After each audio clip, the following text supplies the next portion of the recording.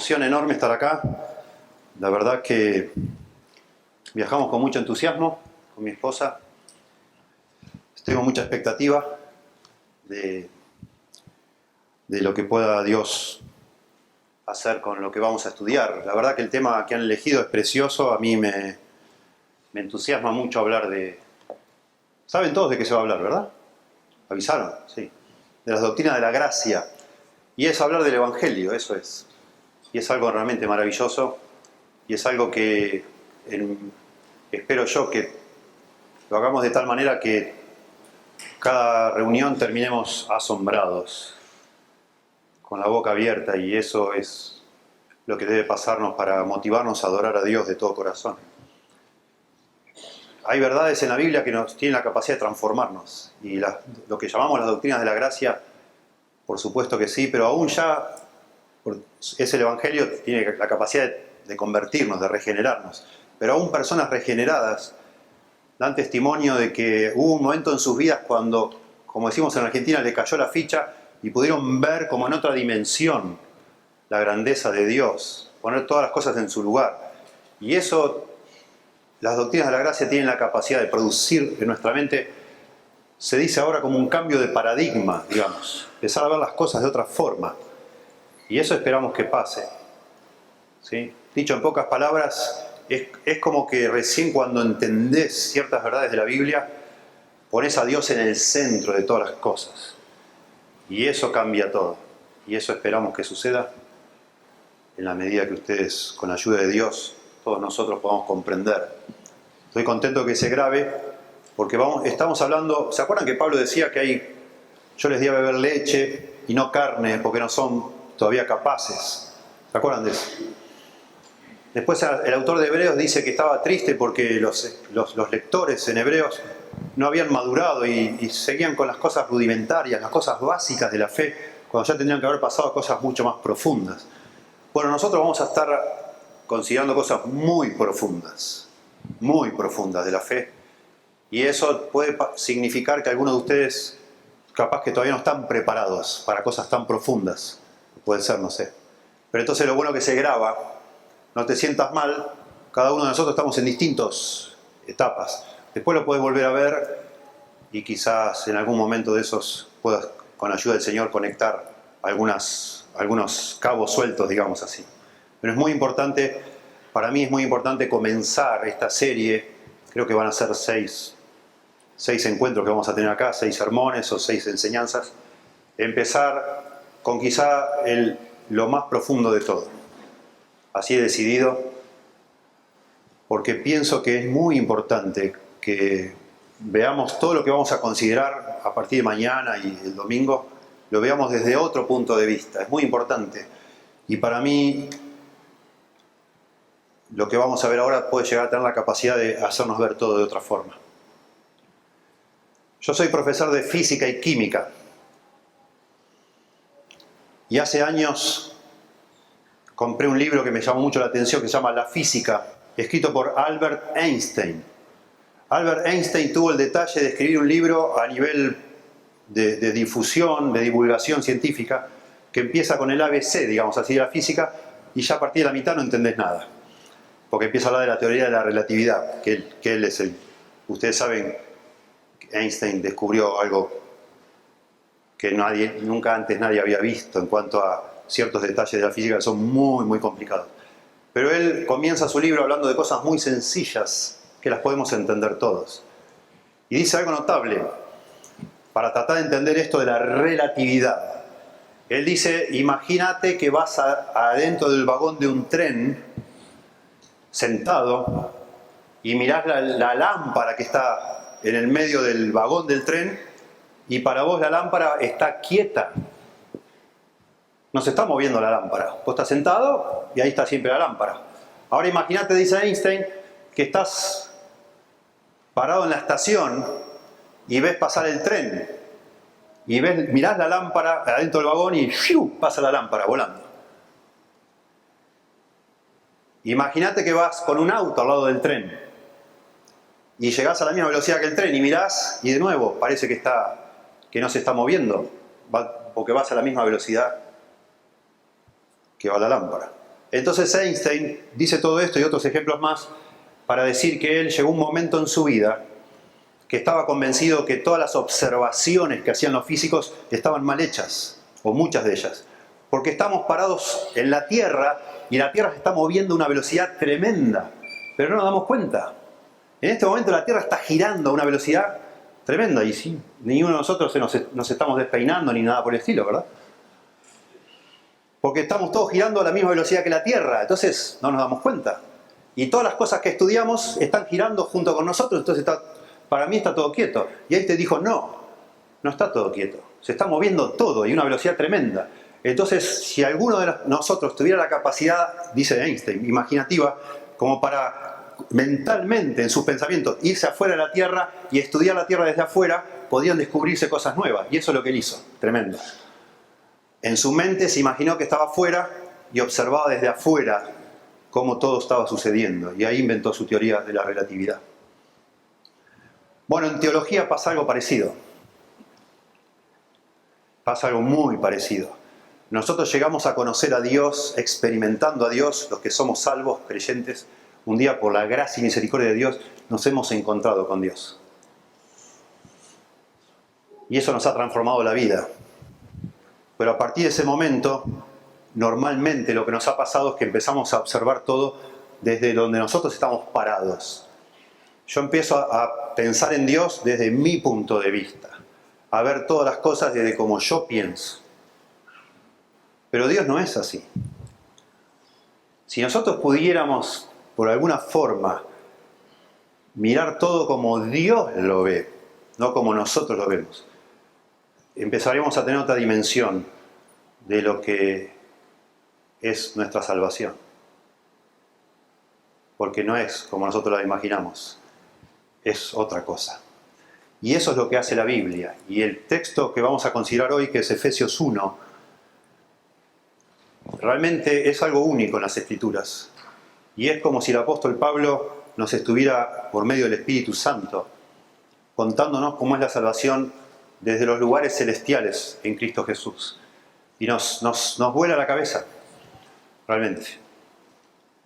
Y si nosotros pudiéramos, con la ayuda del Señor, porque necesitamos mucho de la ayuda del Señor, pudiéramos comprender cómo es la salvación desde el punto de vista de Dios, entonces todo lo que veamos todos estos días y a partir de ahora muchas cosas que vos puedas vivir en tu vida cristiana van a tener otro sentido, otra dimensión. Y todo te va a llevar realmente a postrarte ante Dios llorando de gratitud, a querer servirle a Dios de todo corazón. Porque no puede ser. Es algo demasiado lo que Dios planificó para salvarnos. Es demasiado. Fíjense acá en Efesios 1, por favor. Yo les di un papel. A propósito, ustedes lo pueden ver en la Biblia, pero me parece que haciendo un diagrama de oración así, cortando las oraciones, de manera de poner, algunos que están acá, que están estudiando en IDEAR, ya saben cómo hacer esto, ponemos bien a la izquierda del papel lo que es más importante, lo que domina la oración, y más a la derecha lo que va subordinado, como modificando lo que está a la izquierda. Y cada tanto se nos acaba la hoja, cada tanto tenemos que volver a la izquierda, sencillamente porque se nos acabó el margen derecho, entonces tenemos que retomar. Y luego noten que hacemos conexiones con rayas de conceptos que nos parecen similares. Noten que señalamos con colores también referencias a la misma persona. Detalles que nos llaman la atención. A medida que vayamos avanzando les voy a señalar, ¿sí? Pero vamos a leer juntos, entonces, si quieren su Biblia, Efesios 1. Si quiere del mismo papel, yo lo voy a leer desde el papel, pero voy a dejar abierto en Efesios.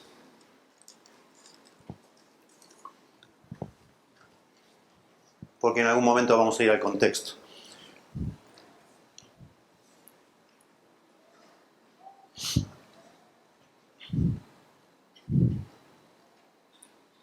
Vamos a leer esto y vamos a estar por varios minutos sin hacer referencia a esto. Después volveremos al final y terminaremos nuestro estudio pensando aquí, pero leamos con entendimiento. Entonces dice Efesios 1:3: Bendito sea el Dios y Padre de nuestro Señor Jesucristo, que nos bendijo con toda bendición espiritual en los lugares celestiales en Cristo, según nos escogió. Ese es el Padre, Dios el Padre, noten, en el mismo color, según nos escogió el Padre en Él, el Hijo, Cristo, antes de la fundación del mundo. ¿Para qué? Para que fuésemos santos y sin mancha delante de Él, del Padre, en amor, habiéndonos predestinado para ser adoptados hijos suyos del Padre, hijos de Dios el Padre, por medio de Jesucristo, Dios el Hijo, según el puro afecto de su voluntad. Puro afecto, según lo que a él le plugo, se dice, le pareció, le interesó, lo que él quiso, su deseo, de su voluntad. Y de nuevo acá un para, verso 6, pero esto es un para más abarcativo, para alabanza de la gloria de su gracia, la gracia del Padre, con la cual, con su gracia, nos hizo el Padre aceptos en el amado, el Hijo, en quien, el Hijo, tenemos redención por su sangre, el perdón de pecados. Noten, tenemos está subrayado, nos escogió está subrayado, son los verbos principales aquí, por eso están a la izquierda. En quien tenemos redención por su sangre. Noten el verbo del verso 4 se refiere al Padre que nos escoge. El verbo del verso 7 principal ahí es el Hijo. En quien el Hijo tenemos redención por su sangre, el perdón de pecados según las riquezas de su gracia. Noten que en el verso 6, su gracia, la gracia del Padre, que hizo el Padre sobreabundar para con nosotros, en toda sabiduría e inteligencia, dándonos a conocer el misterio de su voluntad, dándonos, puede ser que sea el Hijo, ahí yo lo marqué como el Padre, puede ser que sea el Hijo, a conocer el misterio de su voluntad, la voluntad del Padre. A Dios nadie la ha visto jamás. Dice el apóstol Juan, el unigénito Hijo que está en el seno del Padre, Él le ha dado a conocer. Así que probablemente, verso 9, se refiere al Hijo, dándonos a conocer el misterio de su voluntad, la voluntad del Padre. Al Padre nadie lo ha visto. Sus cosas son misteriosas para nosotros. Según, de nuevo, su beneplácito. Y eso corresponde con el puro afecto, beneplácito. Según se le antojó, decimos nosotros. Noten el énfasis, los énfasis que se van apareciendo por repetición, que todo acá lo que va mostrando que Dios hace lo que quiere, su voluntad, el puro afecto de su voluntad, su beneplácito. Él toma la iniciativa, él hace lo que se le antoja, porque es Dios. El cual se había propuesto. Eso es similar a predestinar, proponerse algo, cuando Dios se lo propone. El cual se había propuesto, tiene que ver con la voluntad también, en sí mismo, Dios el Padre, ahí está puesto como Cristo, de reunir todas las cosas en Cristo, en la dispensación del cumplimiento de los tiempos, así las que están en los cielos como las que están en la tierra. En él, verso 11, asimismo tuvimos herencia. De nuevo el verbo ahí, tenemos. Verso 7, tuvimos, verso 11, herencia, habiendo sido de nuevo predestinados conforme al propósito, otra vez el propósito, del que hace Dios el Padre todas las cosas, según el designio, otra vez, de su voluntad. Noten el énfasis, su voluntad, para marcar que Él hace lo que quiere. ¿Quién le va a decir a Dios, qué haces? ¿Qué estás haciendo? ¿Quién te dio permiso para hacer eso? Nadie le va a decir eso a Dios. Es Dios. A fin, de nuevo, verso 12, una declaración de propósito. A fin de que seamos, para la alabanza de su gloria. Noten el verso 6. Para la alabanza de la gloria de su gracia. Por eso está de nuevo recuadradito el verso 6. El verso 12. Nosotros, los que primeramente esperábamos en Cristo. Noten que el verso 6 termina con esa declaración de propósito, lo que se refiere a Dios el Padre. el verso 12 termina con una declaración de propósito, lo que se refiere a Dios el Hijo. Y ahora va a empezar a hablar de Dios el Espíritu Santo, la tercera persona de la Trinidad. En Él, en Cristo, también vosotros, habiendo oído la palabra de verdad, el Evangelio de vuestra salvación, y habiendo creído en Él, fuisteis sellados con el Espíritu Santo de la promesa, que es las arras de nuestra herencia hasta la redención de la posesión adquirida para la alabanza de su gloria. Noten que subrayo la posesión adquirida por Dios. Dios nos compró a nosotros. Y lo relaciono con nos adoptó como hijos suyos. Él nos llamó para ser parte de su familia. Nos transformó para ser sus hijos. Dios ahora es nuestro Padre. Y algún día nos vamos a encontrar con Dios nuestro Padre. Y por eso dice, hasta tanto que estemos aquí antes de que el Señor por fin tenga lo que salió a buscar con la salvación. Se nos da el Espíritu Santo y termina de nuevo para la alabanza de su gloria. Bueno, vamos a tomar un gran paréntesis para explicar algunas cosas que creo que son muy importantes. El movimiento evangélico, que podríamos decir que comenzó en la Reforma, se ha caracterizado por ser muy enfático. Una virtud que tiene el movimiento evangélico es que ha sabido subrayar verdades fundamentales de una manera muy simple. Y eso ha permitido, otra vez, que esta leche espiritual, esta papilla, sea fácilmente transmitida de persona a persona, con verdades enfatizadas de manera clara, concisa y breve y poderosa. Ustedes saben, la cruz, la Biblia como palabra de Dios, Cristo, el Hijo de Dios, el pecado, etc. Hemos sabido, leyendo la Biblia, han sabido nuestros antepasados cristianos sacar las verdades más importantes y transmitirlas de una manera muy sencilla. Es una característica del mundo o del movimiento evangélico.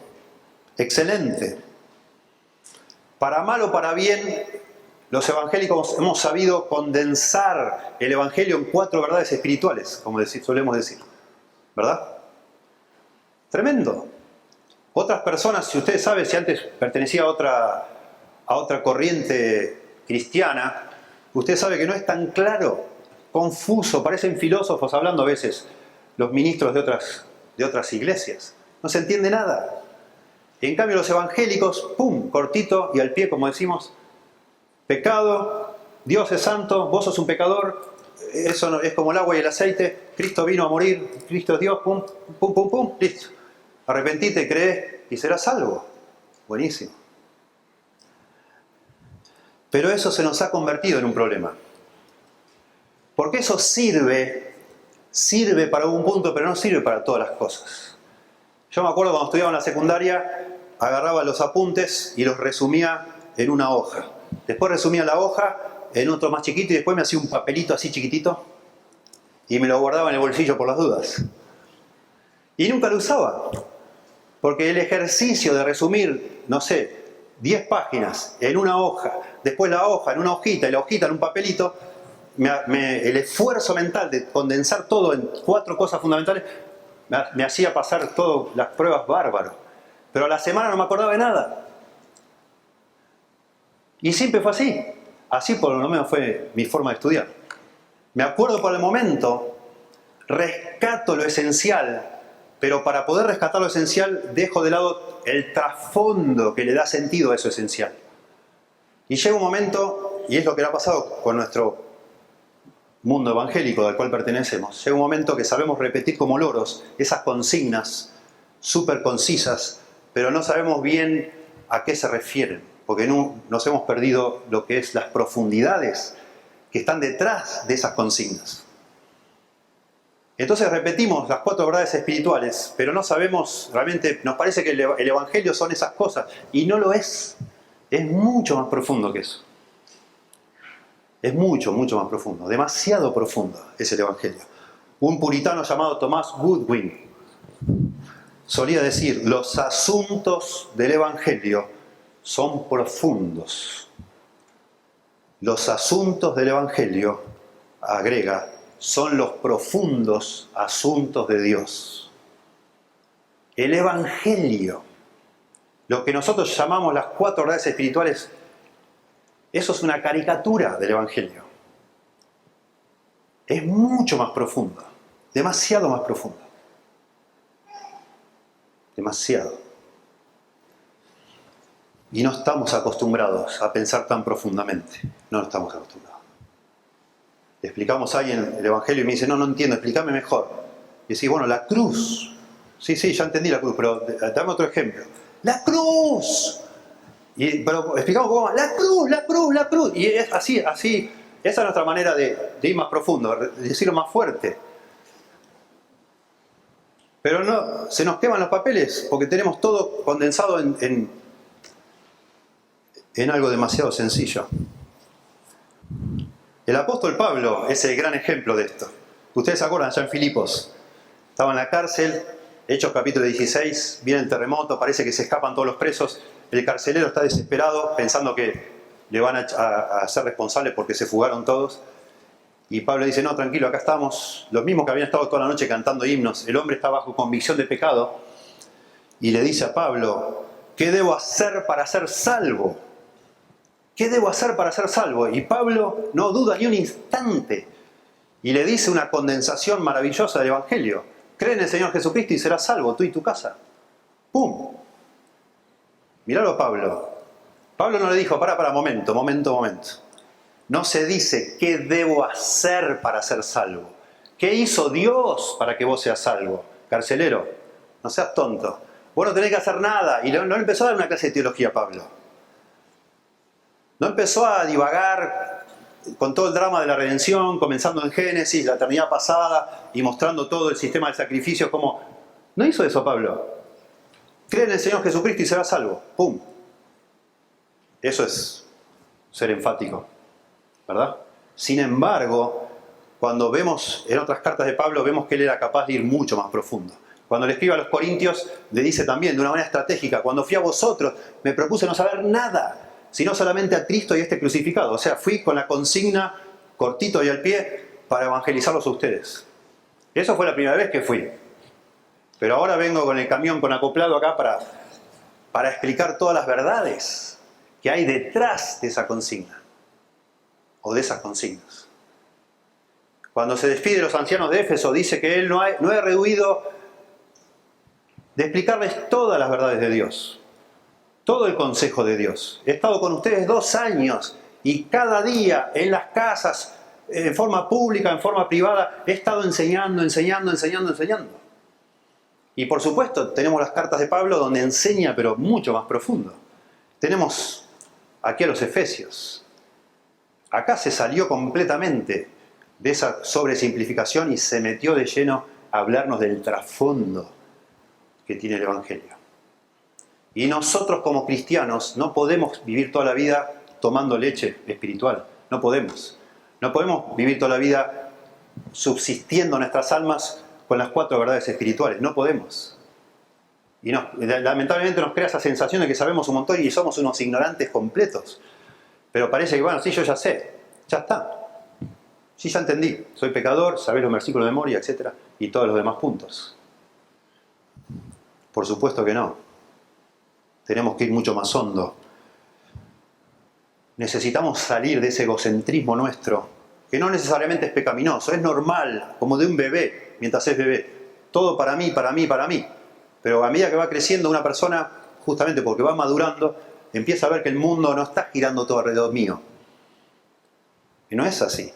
Entonces, en algún momento en el proceso de crecimiento, para yo salir del centro de todas las cosas y que esté Dios en el centro, necesito ir a considerar verdades mucho más profundas, que tengan el impacto justamente de cambiar mi paradigma, mi forma de ver este mundo y empezar a verlo como Dios lo ve. Pero para eso tengo que ir un poco más hondo en la doctrina y dejar que Dios sea Dios. Bueno, vamos a estudiar de la doctrina de la gracia. Las doctrinas de la gracia tienen esa capacidad de hacer que Dios se nos agigante y nosotros nos desinflemos, pero en una manera sana, ¿verdad? Decir gracias a Dios. Y ahora entiendo De nuevo, todo está conectado con el Evangelio.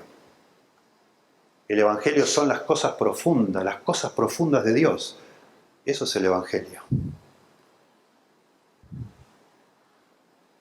Y cuando queremos dar ese salto de las consignas sobresimplificadas al marco mucho más amplio que le da sentido a esas consignas, necesitamos terminar sí o sí pensando en la Trinidad, aunque les parezca mentira. El trasfondo del Evangelio, la esencia del Evangelio es la Trinidad. Y ahí es donde hacemos agua, porque lamentablemente la Trinidad la hemos aprendido y se enseña como si fuera todo un ejercicio intelectual completamente árido, abstracto, cosas demasiado maravillosas para nosotros. Y entonces repetimos como una fórmula, como es el tema de la Trinidad. Pero no lo podemos comprender demasiado y lo dejamos ahí como diciendo, bueno, es como el santo enseña, digamos así, de ser ortodoxo o ser un hereje. Entonces necesitamos saber de la Trinidad lo básico, pero no llegamos nunca a experimentar la Trinidad en el sentido que nos consuele el alma, que nos lleve a la adoración, que nos emocione y que nos ayude justamente a conectar todos los asuntos que Dios ha hecho. La Trinidad, cuando hablamos de la Trinidad hablamos de Dios, de lo que Dios es. Yo no puedo conocer a Dios si no aprendo de la Trinidad, porque Dios es trino. Dios Padre, Dios Hijo, Dios Espíritu Santo. Y todo lo que Dios hace está inevitablemente afectado por lo que Él es, la Trinidad. Y el Evangelio tiene que ver con la Trinidad. Por eso Pablo acá está explicando el Evangelio. Teológicamente y necesariamente, no puede esquivarlo. Tiene que hablar de la Trinidad. Acá lo acabamos de ver. Porque así es el Evangelio.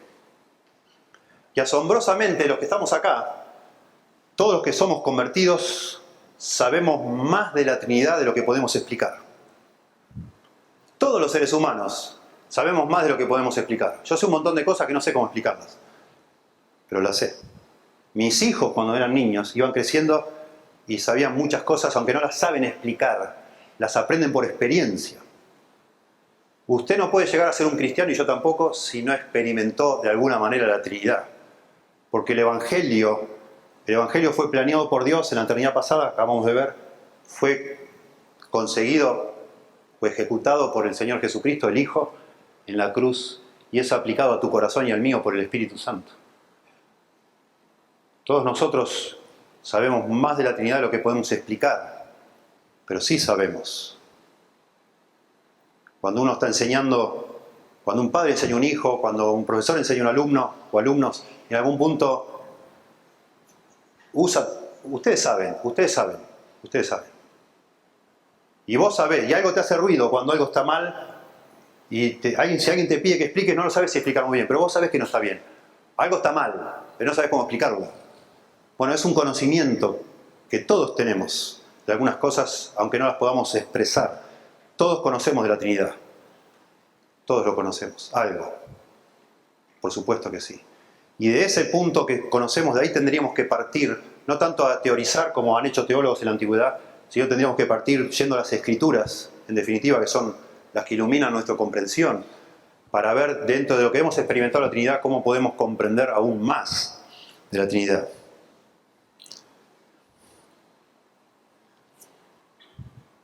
¿Por qué es necesario que así sea? Porque de esa manera vamos a empezar a comprender las profundas cosas de Dios. Y ahí está incluido, por supuesto, el Evangelio. Ser cristiano no es simplemente creer en algo, aprender algo, sino ser algo, experimentar algo. Hace muchos años, 400 años atrás, un muchacho, un joven que murió a los 27 años, recibió una carta de un amigo que no estaba seguro si era o no era cristiano, y dice, por favor, explícame, ¿cómo puedo estar seguro que soy un cristiano? ¿En qué consiste ser un cristiano? Y este muchacho le escribió una carta que al final, al morir, la transformaron en un libro, porque se hizo muy famosa esa carta. Y la carta, o el libro, se llama La vida de Dios en el corazón del hombre. El escritor se llama Henry Scrugall, está en español, creo un resumen de eso. La vida de Dios en el corazón del hombre. Y él dice, eso es lo que es ser un cristiano. Tener a la vida de Dios viviendo en tu corazón, eso es ser un cristiano. Experimentar la Trinidad, eso es ser un cristiano. Que Dios venga a vivir, a habitar a tu corazón, y eso transforma todo, por supuesto. Todos los que hemos nacido de nuevo por el poder de Dios, de la Trinidad, actuando en nuestra alma. Dios nos regeneró. El Espíritu Santo abrió nuestros ojos para ver la verdad, como dice acá. Habiendo oído la palabra de verdad, el Evangelio de nuestra salvación. Interesante que empieza a hablar de nuestra experiencia subjetiva del Evangelio cuando habla del Espíritu Santo, porque ahí es donde el Espíritu Santo entra en acción, convenciéndonos de pecado, de justicia y de juicio. Y por supuesto el Espíritu Santo como miembro de la Trinidad lo que hace es inspirar la Biblia y hablarnos a nuestro corazón para que veamos a Cristo como es, precioso.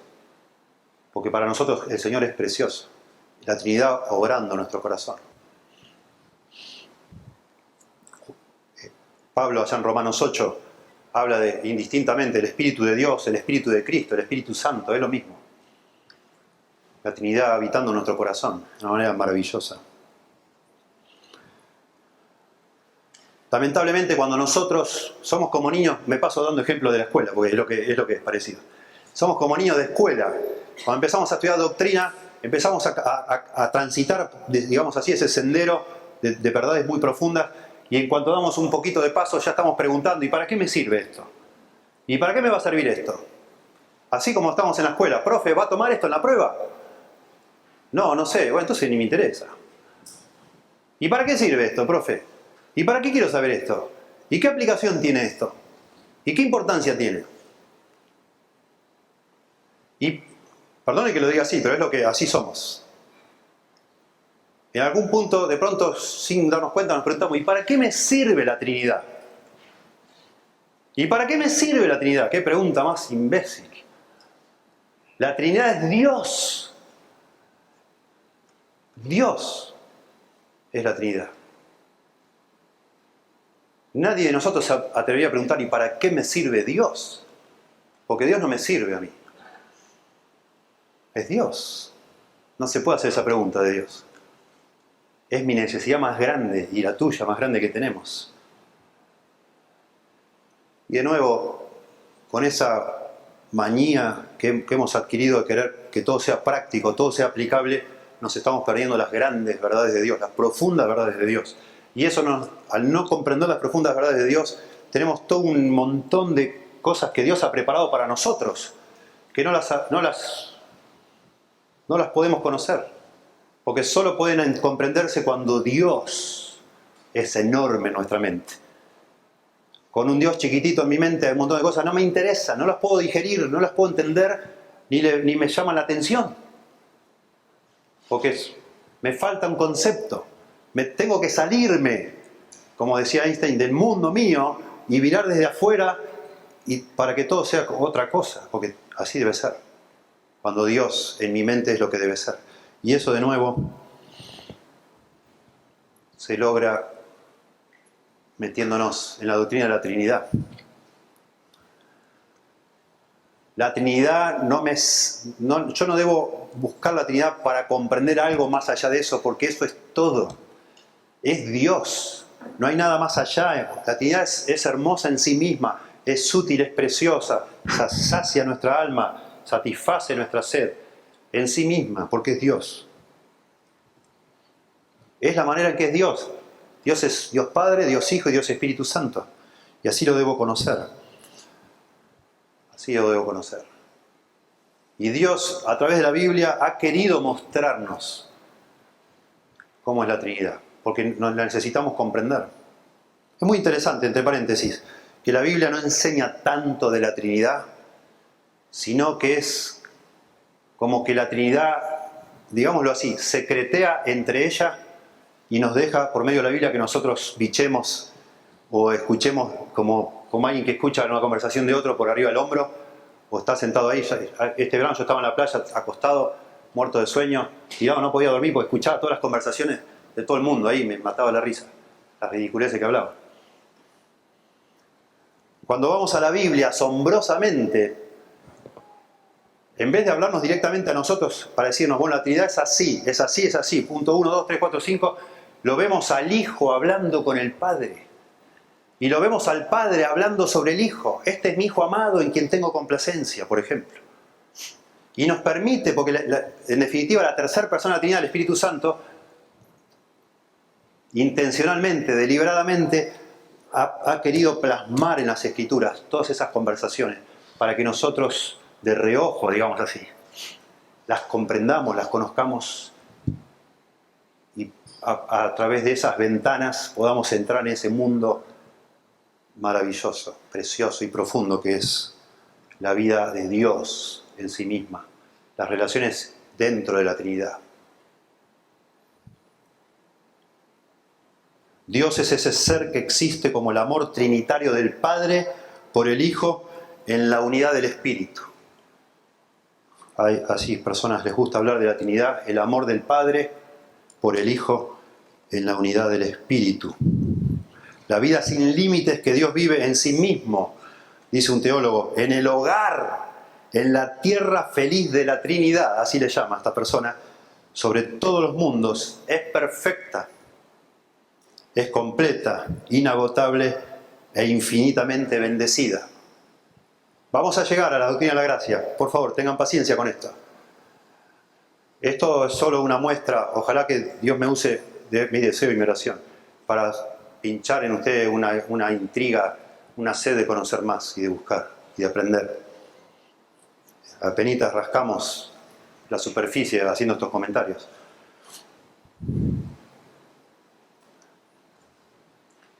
La tierra feliz de la Trinidad, habla esta persona, en un mundo más allá de este, más lejos de aquí, en otro mundo, en el mundo de Dios, digamos así, que existía antes de que todo existiera. Allí estaba Dios el Padre, Dios el Hijo y Dios el Espíritu Santo, felices de la vida, como decimos nosotros, satisfechos completamente, sin necesitar absolutamente nada. Cuando la Biblia habla que Dios es bendito, bendito, Dios se refiere a que Dios es feliz en sí mismo, completamente satisfecho. Y así estaba Dios. Y de nuevo, así como Einstein hacía situaciones hipotéticas para tratar de imaginar, no está mal que nosotros tratemos de preguntarnos de manera hipotética posibilidades. Por ejemplo, imaginemos cómo sería Dios, la Trinidad, si nunca se hubiera creado nada de lo que se creó. ¿Cómo te imaginas a Dios? Sin el mundo, sin ángeles, sin nosotros, sin animales, sin nada. Nada material, nada. Dios Padre, Dios Hijo y Dios Espíritu Santo. ¿Cómo estaría Dios? ¿Sería Dios igual el Padre, el Hijo y el Espíritu Santo? ¿Habría sido Jesús o Cristo? ¿Habría sido igual el Hijo si no se hubiera encarnado? Si no hubiera tenido la posibilidad de hacerse hombre, porque no había hombres. Bueno, la Biblia, si bien no nos contesta de una manera directa, sí nos da a entender de que hubiera estado todo igual. En el seno de Dios no hubiera cambiado absolutamente nada. Dios no necesita la tierra. Dios no necesita nuestra compañía. Dios no estaba en el cielo aburrido, sin saber qué hacer, y por eso creó la humanidad para a ver si alguien lo escuchaba, le oraba, le cantaba, lo adoraba. No necesita Dios eso. Dios es bendito por los siglos. Feliz con el Hijo y con el Espíritu Santo. Entre ellos están bárbaros. Decimos en Argentina chocho. Mi mamá decía, estaban chochos, están recontentos ahí. No necesitan nada. Nada. Y pensá por un momento, otra pregunta hipotética, ¿qué pasaría con Dios si no hubiera plan de la redención? Si todo el mundo se perdiera y nadie, ni una sola alma iría al cielo. ¿Cómo sería Dios? Igual que como es ahora. Lo mismo. Parece a lo mejor raro para algunos, pero es lo que es. Dios está satisfecho. Dios no necesita a alguien para amar porque Él ama al Hijo y al Espíritu. Y el Hijo ama al Padre y el Espíritu es el vínculo entre ellos, y ahí están, fenómenos. Y esto es muy, pero demasiado importante que lo entendamos. Porque la gracia, vamos a estudiar las doctrinas de la gracia, pero la gracia solo es posible que exista cuando una persona no necesita nada. Dios puede extender gracia libre, gratuita, porque eso así debe ser la gracia, porque Él no quiere nada a cambio, no lo necesita. No es un intercambio que Dios hace con nosotros, sino que Él da libremente, deliberadamente, porque no necesita nada, porque está satisfecho en sí mismo.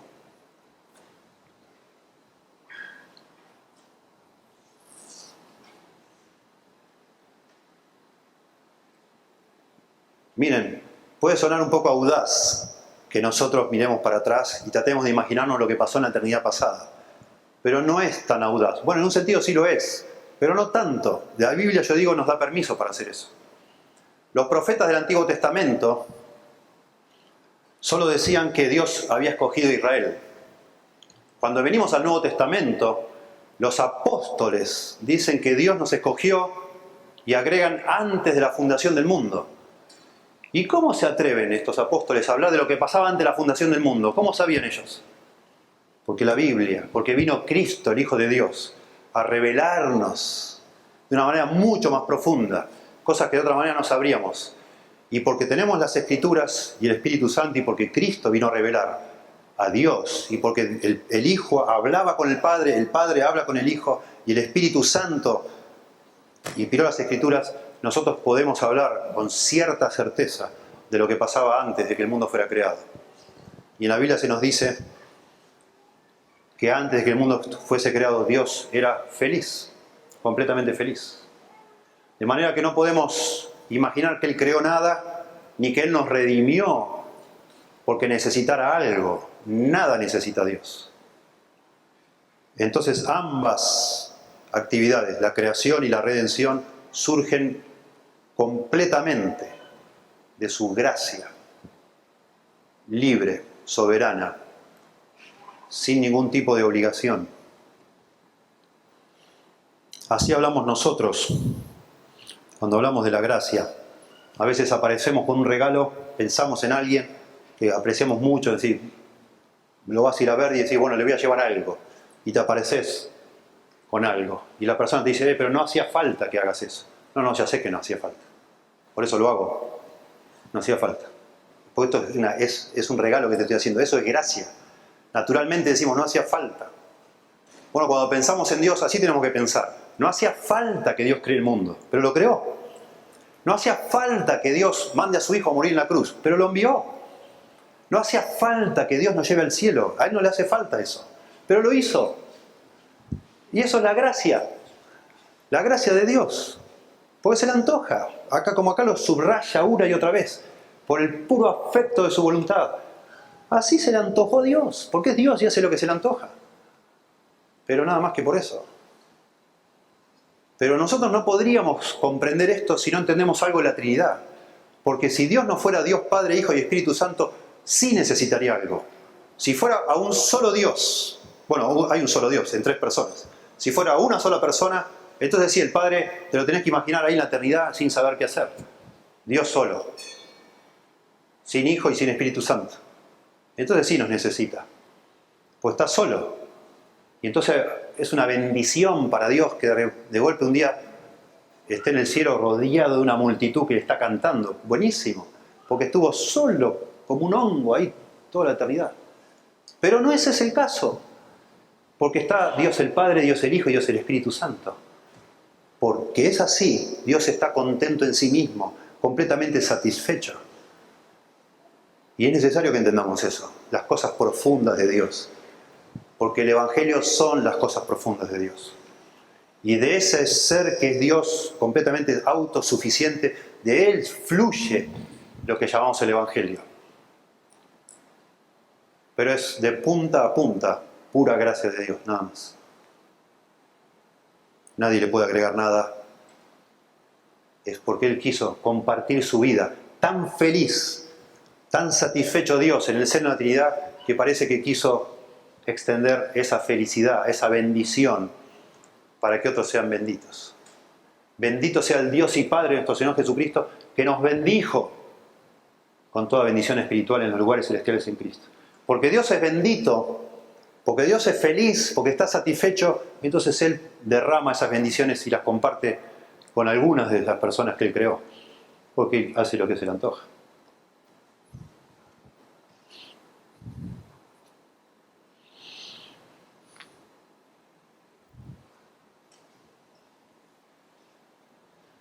Miren, por eso aclaré que acá hay cosas profundas. Yo no sé cuánto hace que los que estamos acá, cuánto hace que cada uno de nosotros se ha encontrado con el Señor le ha rescatado. A lo mejor a algunos todavía no ha sucedido eso.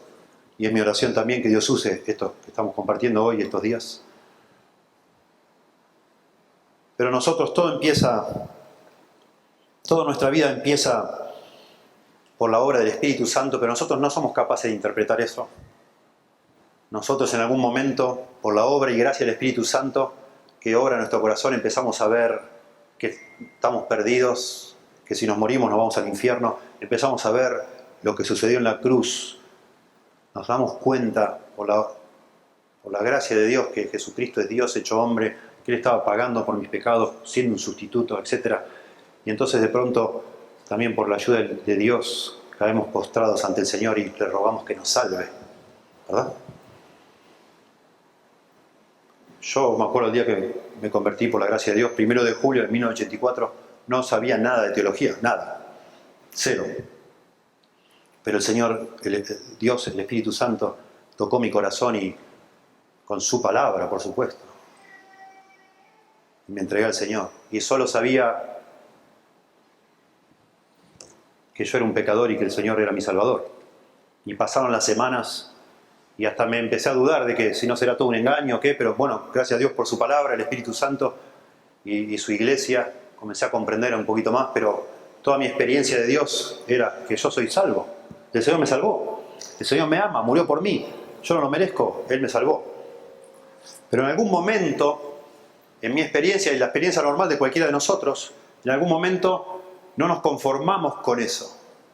Entonces queremos dar un paso más por curiosidad, normal.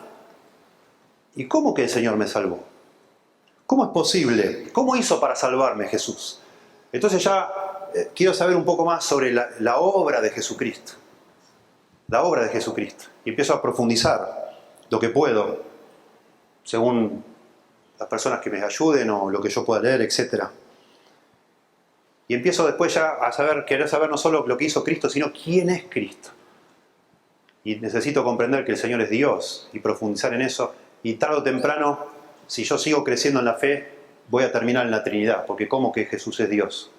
¿Qué clase de Dios tengo yo que es capaz de morir en una cruz? Y al final termino comprendiendo o buscando comprender la doctrina de la Trinidad. Empieza por mi experiencia y termino con unas cosas muy profundas, enorme,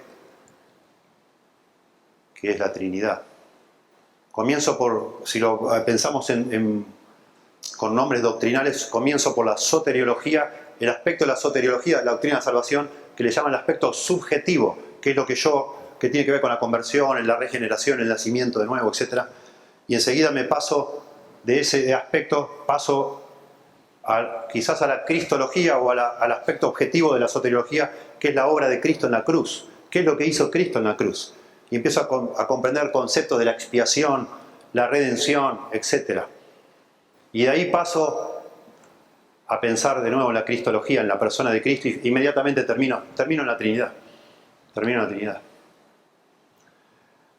Y está muy bien, ese es el proceso normal de cada uno de nosotros, pero eso no puede ser una hoja de ruta, digamos así, donde ponemos el pin, el hito, digamos así, donde estamos nosotros. Porque si me quedo con ese gráfico, con esa figura como de círculos concéntricos, ¿no? Yo soy salvo, Cristo me salvó, ¿quién es Cristo? Dios, ¿quién es Dios? Algo está mal ahí. Que yo soy el centro de todo. Que yo no soy el centro de las doctrinas. Mi experiencia no es la que dará sentido a todo lo demás, aunque así es como yo la fui descubriendo. En algún momento yo tengo que frenar y poner todo en su lugar y darme cuenta que yo ocupo un rinconcito en todo este esquema de la salvación. Y el centro de todo es Dios, Padre, Dios Hijo y Dios Espíritu Santo. Y de Él va saliendo lo que al final un día me alcanzó a mí y te alcanzó a vos. Pero yo no soy la medida de todas las cosas y vos tampoco. Si no sabes lo que pasa, y mañana vamos a discutir eso, es lo que está en el papel del otro lado. Si yo soy el centro de todas las cosas y vos también, entonces cuando vamos comprendiendo alguna cosa más que dice la Biblia, decimos, no puede ser. Esto no puede ser. ¿Cómo que Dios escoge a quien quiere? ¿Y el libre albedrío? ¿Dónde está? Dios no puede hacer eso. ¿Por qué? ¿Quién lo dice? Vos. A vos no te parece, a mí no me parece. ¿Y quién? ¿Estamos todos locos? ¿Cómo que Dios no puede? Dios hace lo que se le antoja. No es lógico. ¿Y quién inventó la lógica? ¿Nosotros inventamos la lógica? No. Pará. Me parece que no estás capacitado para discursar de todas estas cosas, dar cátedra a todo esto. Poné primero a Dios en el centro, poné las cosas en el orden que va y después tratar de comprenderlas. Pero así, con todo dado vuelta, por supuesto que te parece todo absurdo. Te parece hasta blasfemo. Pero el blasfemo sos vos, que pensás que Dios se va a ajustar a la forma en que vos ves todas las cosas. No puede ser. Tenés una religión así de chiquitita. Imposible, es como la de una secta. Lo mismo.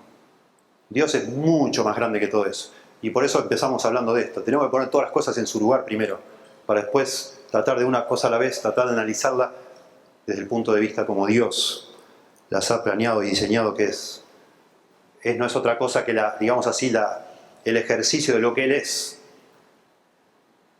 La Trinidad existía en la eternidad pasada y un día la Trinidad decidió crear el mundo, comenzó el tiempo y en todos esos actos de creación aparece la Trinidad y del mundo decide salvar a algunas personas y desarrolla este plan desde antes de la fundación del mundo, dice acá, para salvar pecadores, pero es toda la Trinidad en ejercicio de ese plan, como se nos muestra aquí en Efesios 1.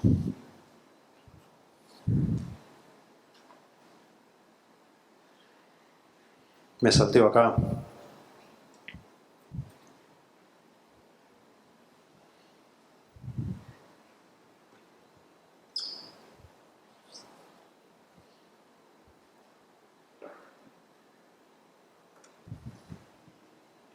Tomamos un respiro intelectual acá, una pausa mental y seguimos.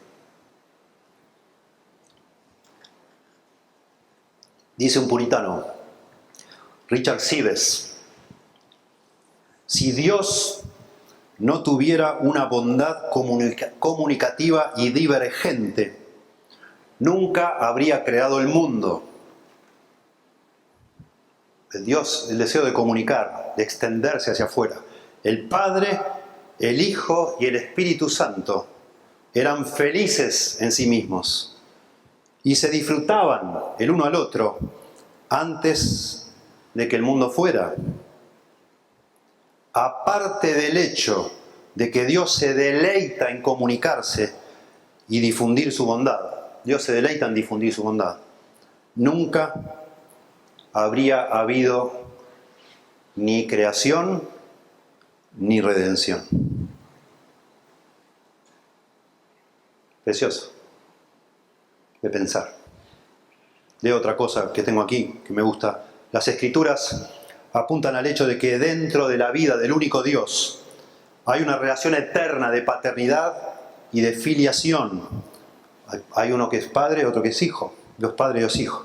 La primera persona es Padre, por razones trinitarias en primer lugar. Él es el Padre del Hijo, por definición. Esto es lo que Él es. Esto es lo que Él es. Consecuentemente, eso es lo que Él hace. Dios es Padre, Dios, la primera persona es Padre, la segunda persona es Hijo. Eso es lo que ellos son. Por lo tanto, dice acá, eso es lo que Él hace. Actúa Dios el Padre para convertirse en el Padre de aquellos a quienes predestinó para su adopción como hijos. Acá es un pedazo de carne para masticar. Dios es Padre, Dios, la primera persona, Dios es el Padre y actúa como Padre, y entonces en su plan de la redención lo que va a hacer es conseguirse hijos adoptados, que somos nosotros. Porque Él es Padre, siempre lo fue y siempre lo va a ser. Pero ya tiene hijo, el Hijo, la segunda persona de la Trinidad. No necesita más, pero Él quiere compartir eso. Y entonces en su plan de la redención adopta hijos, que somos nosotros. Finalmente, en un sentido extendido o poético, a veces puede ser apropiado representar el amor general de Dios. A veces puede ser que digamos, bueno, somos sus criaturas, Dios ama a sus criaturas, Él nos creó. De una forma poética lo decimos, pero no es así. Dios no es el Padre de todos los seres humanos. Dios va a ser Padre solamente de los que Él adoptó por medio de su Hijo Jesucristo, el plan de la redención, no por la creación. Vosotros sois de vuestro padre el diablo, dijo Jesucristo a los judíos. No somos hijos de Dios todos los seres humanos. Hacía falta redimirlos, adoptarlos como hijos por medio de su Hijo Jesucristo. Bueno, solo para resaltar aún más lo que estamos diciendo, que el Evangelio tiene que ver con la Trinidad, mucho más de lo que pensamos.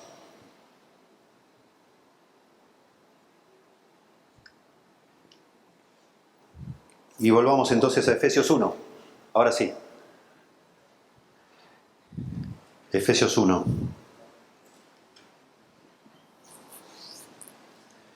Aquí lo que hemos leído, aquí es quizás el pasaje más asombroso en todo el Nuevo Testamento que conecta todas estas cosas que hemos dicho.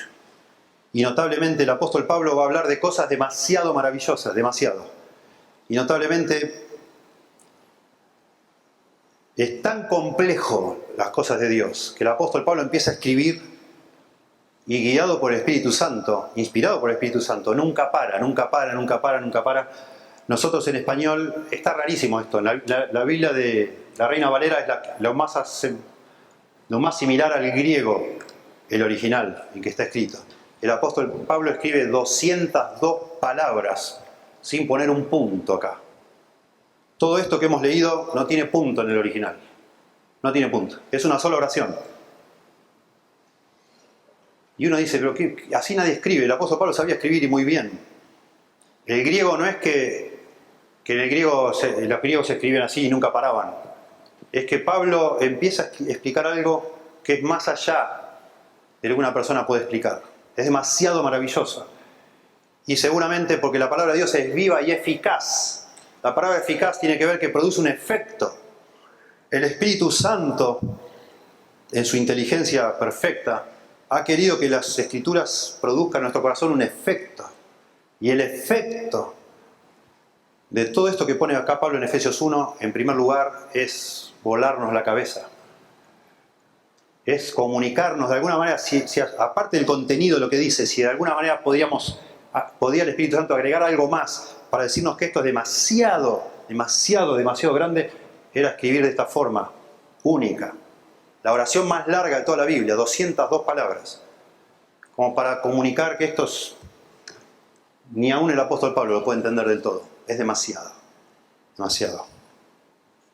Es enorme, gigante. Bendito sea el Dios y Padre de nuestro Señor Jesucristo, versículo 3, que nos bendijo con toda bendición en lugares celestiales en Cristo. Y ahí parece que Pablo va a empezar a enumerar esas bendiciones. Pero es como que se pierde en la Trinidad el apóstol Pablo. Empieza a hablar del Padre, verso 4, versos 5 y 6. Empieza a hablar después del Hijo, como vemos acá. Y finalmente del Espíritu Santo. Escuchen lo que dice un escritor sobre Efesios 1, estos versículos. Pablo habla aquí desde la plenitud de su corazón, así como la agudeza de su perspicacia, un hombre muy inteligente, muy preparado. El tema de la bendición lo abruma, lo empuja a componer una oración correspondientemente abrumadora. Corre del cielo a la tierra, dando vueltas y desvíos repentinos a medida que se duplica y triplica sobre sí misma, oscilando entre Dios y el hombre y dando vueltas a su tema para verlo desde todos los ángulos. Por todo este alboroto, la bendición también tiene una majestuosidad y coherencia que refleja la sabiduría que alaba. Ninguna traducción o paráfrasis puede capturar todo lo que dice acá de manera definitiva. No se puede, es demasiado. Cada línea y casi cada palabra de la gran bendición podría ser desempaquetada de manera interminable. Aquí hay conceptos y conceptos y conceptos, uno atrás del otro. La redención en su sangre, el perdón de pecados, la adopción, la predestinación, la elección de antes que fundar el mundo, etcétera, etcétera, etcétera. La gracia, la gloria, el sello del Espíritu Santo. Una cosa asombrosa lo que está tratando de comunicar.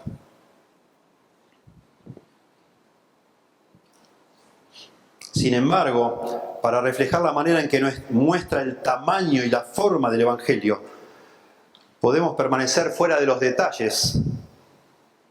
Y en cambio, en vez de meternos en cada detalle, que nos llevaría un estudio completo a cada uno, solo observar como desde lejos un par de cosas que son notables. ¿Qué es la complejidad de nuestra salvación? Demasiado. Noten ahí, miren su hoja, es demasiado. Salvarnos a nosotros es demasiado complejo todo. Demasiado grande. Demasiado grande. El tamaño es enorme. Los detalles son complejos. Y lo que también es evidente es que tiene la forma, nuestra salvación, de la Trinidad. Es evidente acá. Que así es. Así es como se gestó nuestra salvación, con el molde de la Trinidad, porque así es como Dios hace todas sus cosas.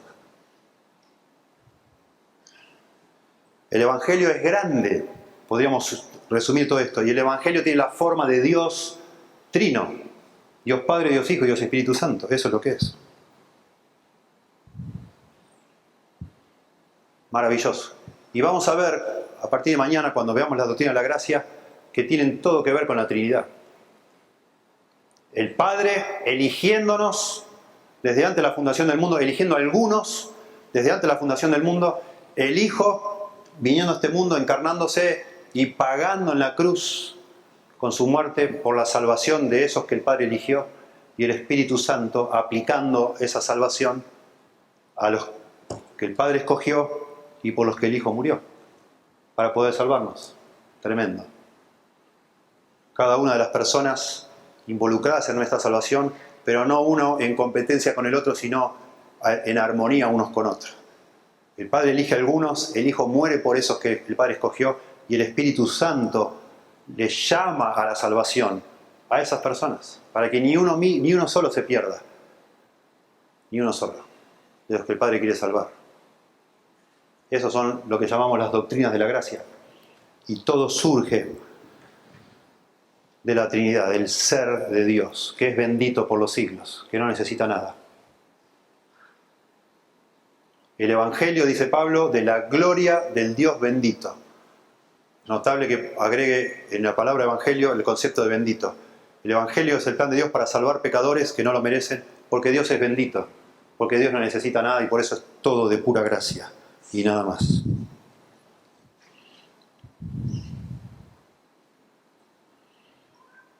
Bueno, vamos a, en otros estudios, volver a la carga con estas cosas, pero yo pienso que es suficiente para dejarnos pensando y para, de alguna manera, establecer como el tono en lo que vamos a hablar, procurando, con la ayuda de Dios, de que sea desde el punto de vista de cómo Dios quiere que sean las cosas y las veamos nosotros, y no como a mí me parece, o me parecería que tendría que ser. Esto es demasiado maravilloso. Noten ustedes un poquito más adelante, termina Pablo de decir esta oración enorme, imposible de abarcar y de abrazar, y entonces comienza Pablo a hablar de una oración, si tienen la Biblia, por favor.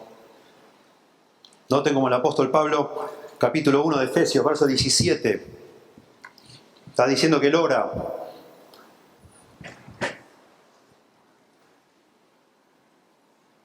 Verso 15 dice, por esta causa también yo. Verso 16, no ceso de dar gracias por vosotros haciendo memoria. Verso 17, para que el Dios de nuestro Señor Jesucristo, el Padre de gloria, os dé espíritu de sabiduría y de revelación en el conocimiento de Él, alumbrando los ojos de vuestro entendimiento, verso 18, para que sepáis cuál es la esperanza a la que Él os ha llamado y cuáles las riquezas de la gloria de su herencia en los santos. Pablo acaba de escribir la oración más abrumadora de todas las Escrituras, describiendo la Trinidad, el origen del Evangelio, y inmediatamente dice: oro por ustedes, para que el Señor les ayude a ver, a comprender esto, porque no es humanamente es incomprensible. Necesitamos que el Espíritu Santo de Dios ilumine nuestro entendimiento, para que seamos capaces de entender, como dice acá, a cuál esperanza Él nos ha llamado. Y no se queda acá Pablo, y sigue con este asunto a medida que avanza en Efesios. Capítulo 3, fíjense ustedes, verso 19. Y de conocer el amor de Cristo que excede a todo conocimiento, para que seáis llenos de toda la plenitud de Dios. Efesios 3, 19. Y un poco antes había dicho también lo mismo, de que, de nuevo, de lo asombroso que es Dios. Noten que hace juegos de palabra Pablo, otra vez para crear un efecto. ¿Cómo de comprender? Mirá de nuevo Efesios 3, 19. Y de conocer el amor de Cristo que excede a todo conocimiento.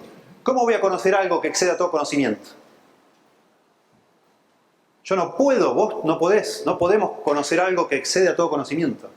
Por eso Pablo ora, porque excede, es demasiado para nosotros, para que seáis llenos de toda la plenitud de Dios. Como decíamos hoy, la vida de Dios en el corazón del hombre. Eso es lo que es la salvación. Demasiado.